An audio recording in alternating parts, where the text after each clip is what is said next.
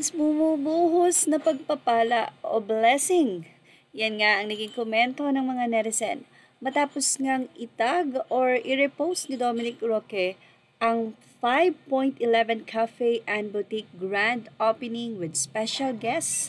At syempre, sino ba ang special guest doon? Ang main special guest, walang iba kundi si Dominic Roque. Kaya naman sa mga fans ni Dominic Roque, yes, kita-kits nga doon March 2, 2024 at 4 p.m.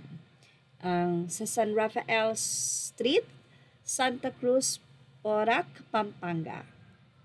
Samantala ay nagpahayag naman ng kanilang saloobin sila Suntay at Halusos kung saan ay nadamay pa nga sa nasabing hiwalayan ng dalawa or sa hindi nga natuloy na engagement.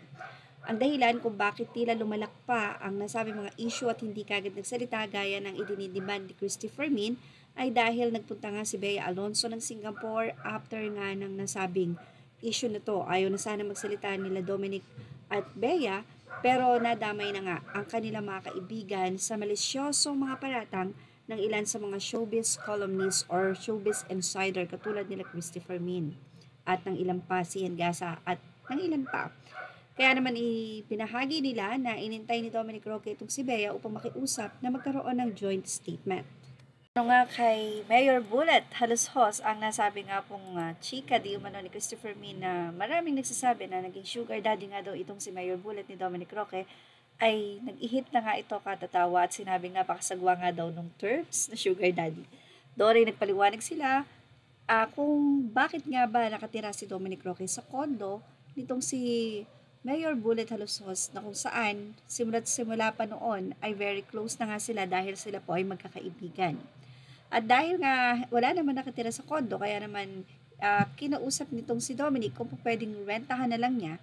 Syempre dahil nga kaibigan ay hindi ganun kamahal ang rent. Kumbaga ay parang, sige tiran mo na lang din para at least kahit papano may tao dun sa siguro ay maintenance na lang yung upa sa kondo. At hindi lang yon dahil kinakailangan ding bayaran nga yung maintenance dun sa nasabing kondo na for sure ay napakalaki ding halaga.